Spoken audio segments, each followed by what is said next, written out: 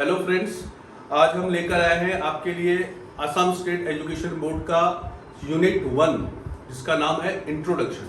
ठीक है, हम इंट्रोडक्शन चैप्टर पे आज बात करेंगे। असम स्टेट एजुकेशन बोर्ड का इंट्रोडक्शन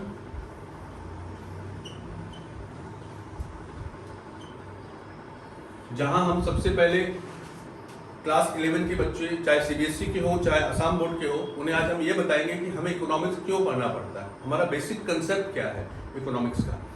क्लास 9-10 में आपने इकोनॉमिक्स पढ़ी होगी, बहुत सारे बच्चों ने पढ़ी है, पर उन लोगों ने रटी होगी और उन्हें ये पता नहीं कि हमें इकोनॉमिक्स पढ़ना क्यों पड़ता है। आज मैं आपको बताऊंगा कि हमें इकोनॉमिक्स क्यों पढ़ना है। ठीक है, तो आज हम इस पे चर्चा करते हैं। सबसे पहले आपको मैं ये बताता हूँ कि ये इकोनॉमिक्स शब्द आया कहाँ से। ठीक है, तो इकोनॉमिक शब्द आया है ओइकोनोमिया से। इकोनॉमिक शब्द आया है ओइकोनोमिया, इसमें दो वर्ड जुड़े हुए हैं। ओइकोनोमिया, इसके अंदर दो शब्द जुड़े हुए हैं, ओइको और दूसरा है नोमिया। ओइको का मतलब होता है हाउस होल्ड, ओइको का मतलब होता है हाउस होल्ड और नोमिया का मतलब होता है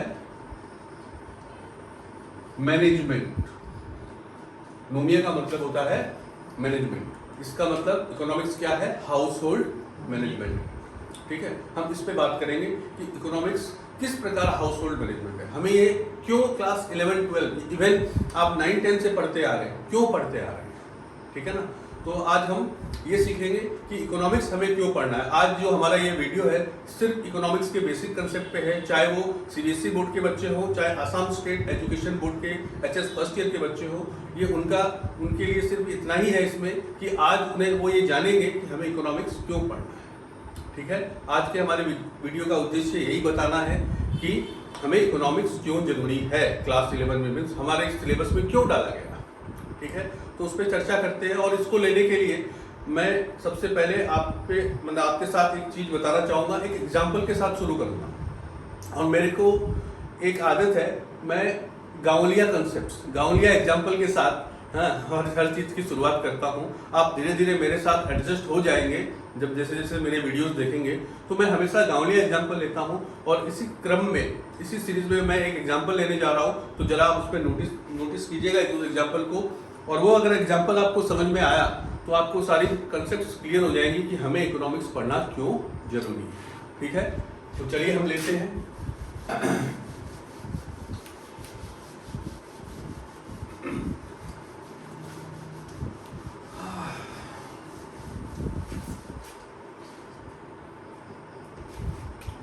मान लीजिए अली, क्या नाम है, मीन्स आपका बर्थडे कब है? मेरा 6 जून।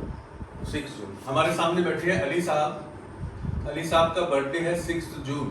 अरे वाह, मेरे ट्विंस बच्चों का जन्म बर्थडे भी उसी दिन ही है, 6 जून को ही है। ठीक है, आ ही रहा है। आज कितनी तारीख हो गई? 5 हुई थी, कल ही तो है।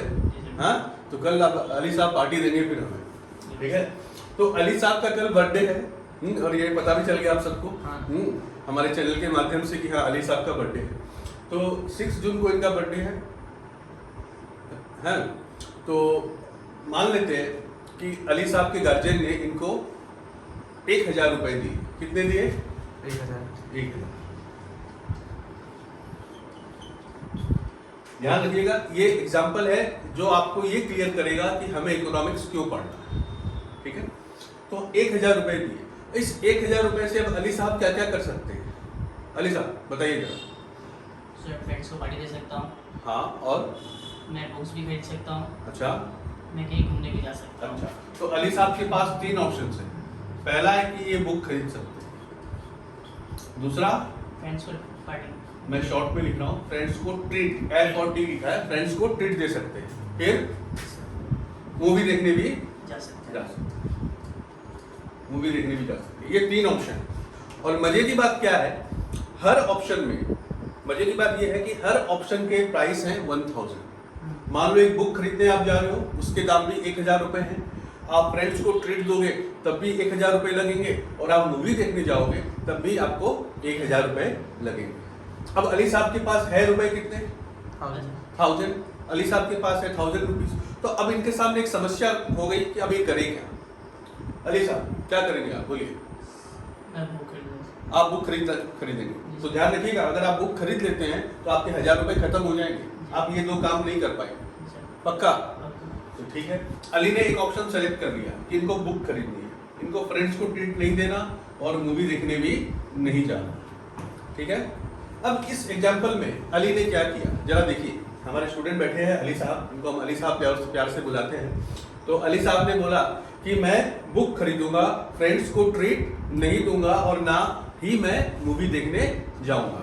मैं क्या खरीदूंगा, सिर्फ बुक खरीदूंगा। मैं पढ़ाकू बच्चा हूँ सर, मैं अच्छा बच्चा हूँ, मैं किताब ही खरीदूंगा और उससे ही पढ़ाई करूंगा। ठीक है, मैंने मान गया तेरी बात। ठीक है, अब यहाँ पे देखिए, अगर अली साहब को ये तीनों काम करने पड़ते, फॉर एग्जाम्पल बुक के दाम भी, प्राइस भी 1000 रुपए है, फ्रेंड्स को ट्रीट देने का खर्चा भी 1000 रुपया है, मूवी का टिकट का प्राइस भी मान लो 1000 रुपीज। अगर अली साहब के पास टोटल 3000 रुपीज होते तो ये तीनों काम कर सकते थे कि नहीं कर सकते थे? Yes, sir. अली साहब ये तीनों काम कर सकते थे। Yes. आई बात समझ में? लेकिन अली के पास कितने हैं? ओनली 1000 है, जिसके चलते इन्हें तीनों में से किसी एक को चूज करना पड़ा। अब आई बात कि हमें क्यों चूज करना पड़ा, बात समझ में आ रही है? क्योंकि हमारे पास रिसोर्सेज की कमी है, हमें जितने रुपए चाहिए थे उतने रुपए हमारे पास नहीं है। हमारे पास है 1000 पर हमें जरूरत है 3000 की। आई बात समझ में? ठीक है ना? तो यहाँ हमने क्या किया, जो हमारे लिए सबसे ज्यादा जरूरी है हमने क्या किया, उसको भी चूज किया।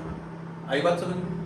ठीक है ना? यही इकोनॉमिक्स का मेन नेचर है। इस गावलिया एग्जाम्पल से आपको एक कंसेप्ट निकल के आएगा। ये जो मैंने एग्जाम्पल दिया कि आपके पास 1000 रुपए हैं, 3 काम आपको करने हैं, बुक भी खरीदनी है, फ्रेंड्स को ट्रीट भी देना है, मूवी भी देखनी है, पर आप कर रहे हैं सिर्फ बुक खरीदने का काम। क्यों? क्योंकि आपके पास रिसोर्सेस मीन्स बोले तो सीधी भाषा में कहूँ तो आपके पास सिर्फ और सिर्फ 1000 रुपए है। आई बात समझ में? तो जिसके चलते अब प्रॉब्लम क्या आ गई कि अब आप चूज कौन सा करें। अब आप चूज वो वाला करेंगे जो आपके लिए सबसे ज्यादा अर्जेंट है, ज्यादा जरूरी है। तो आपको बुक खरीदना ज्यादा अर्जेंट या जरूरी लगा तो आपने क्या किया, बुक खरीद ली।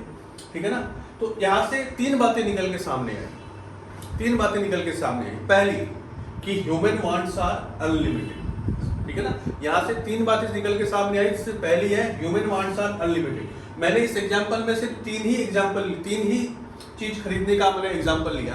किसी इंसान की 4, 5, 6, 7, 8, 9, 10, 11, 12 बहुत सारी विशेष या इच्छाएं हो सकती हैं। आई बात समझ में? तो अली साहब ने सिर्फ 3 चीज का ही एग्जाम्पल लिया अली साहब के साथ। तो हम कह सकते हैं कि ह्यूमन वांट्स क्या है, अनलिमिटेड है, पर जो रिसोर्सेस है जिससे हम उन इच्छाओं को पूरा करेंगे वो क्या है, लिमिटेड है। ठीक है ना? अगर हमें हमारी पूरी इच्छा पूरी करनी है तो हमें कितने चाहिए, 3000 रुपए। हमारे पास है सिर्फ 1000। आई बात समझ में? तो पॉइंट नंबर 1 निकल के आया था कि human wants are unlimited. Point number 2 निकल के आया कि रिसोर्सेज आर लिमिटेड। ठीक है? और पॉइंट नंबर 3 निकल के आ रहा है कि रिसोर्सेज हैव ऑल्टरनेटिव यूजेस। हम रिसोर्सेज का ऑल्टरनेट यूज भी कर सकते हैं। मींस अब इसका मतलब क्या, कुछ बच्चे बोलेंगे सर हमें समझ नहीं आया, तो मैं बोलूंगा देखो बेटे कैसे समझना है, जरा ध्यान दो। हम उस 1000 रुपए को बुक पे भी खर्च कर सकते थे, यहाँ पर भी कर सकते थे, यहाँ पर भी कर सकते थे। इसी को बोलते हैं ऑल्टरनेट यूज करना। मैं यहाँ पे भी कर सकता हूँ, यहाँ पे भी कर सकता हूँ, यहाँ पर भी कर सकता हूँ, पर मैं कहाँ करूंगा, जो मेरे लिए ज्यादा जरूरी है। ठीक है ना? तो यहाँ पे हमारे इस एग्जाम्पल में हमारे स्टूडेंट ने क्या खरीदी है, बुक खरीदी है, जो उनके लिए ज्यादा जरूरी था।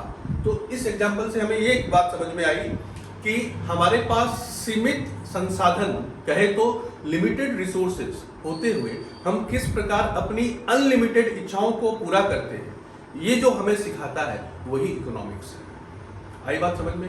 हमारे लिमिटेड रिसोर्सेज का इस्तेमाल करके किस प्रकार हम अपनी अनलिमिटेड बहुत सारी इच्छाओं को किस प्रकार पूरा करते हैं, इसको जो मैनेज करना सिखाता है उसी को हम इकोनॉमिक्स बोलते हैं। आपने घर में देखा होगा कि आपके घर में अगर अचानक मेहमान आ जाए और आपके घर में खाना बना हुआ है 5 आदमी का, और आपके घर में अचानक मेहमान आ गया, तो आपकी माँ आपको कभी कुछ नहीं बोलती होगी। आपकी माँ यही कहती होगी, बेटे तुम खाना खा लो, मेहमान भी खा लेंगे, आप भी खा लेंगे और आपको पता भी नहीं चलेगा। ये है मैनेजमेंट। ये हमें इकोनॉमिक्स सिखाता है कि कम रिसोर्सेज में किस प्रकार हमें अपनी अनलिमिटेड, असीमित इच्छाओं को पूरा करना है। ठीक है ना। तो यही हमारा उद्देश्य है और उसी प्रकार हम अपने देश में किस प्रकार अपने सारे रिसोर्सेज का इस्तेमाल करके देश की इकोनॉमी की भलाई के लिए हम उसको लगाते हैं, काम में यूटिलाइज करते हैं, ये हमें सारी चीज़ें इकोनॉमिक्स सिखाता है। तो यही मेन कारण है हमें इकोनॉमिक्स पढ़ने का, इसीलिए हमारा इकोनॉमिक्स हमारे सिलेबस में डाला गया है। आई बात समझ में? उम्मीद करता हूं कि आपको मेरा ये टॉपिक पे जो डिस्कशन था आपको समझ में आया होगा। फिर हम कल या परसों फिर लौटेंगे हम एक नए वीडियो के साथ जिसमें हम आगे के टॉपिक पे हम डिस्कशन करेंगे। तब तक आप बने रहिए हमारे साथ और हमारे चैनल को लाइक, शेयर एंड सब्सक्राइब जरूर करें। और हाँ, अगर आपके कुछ डाउट्स हैं तो कमेंट सेक्शन में आके डाउट हमें जरूर बताएं और कुछ भी आपको असुविधा है या कुछ भी आपके मन में सवाल है सीबीएसई बोर्ड को लेके या आसाम स्टेट एजुकेशन बोर्ड को लेके, तो आप you all feel free to ask me, ठीक है ना। आप हमेशा हमारे साथ बने रहिए, ठीक है। आज के लिए इतना ही। Thank you.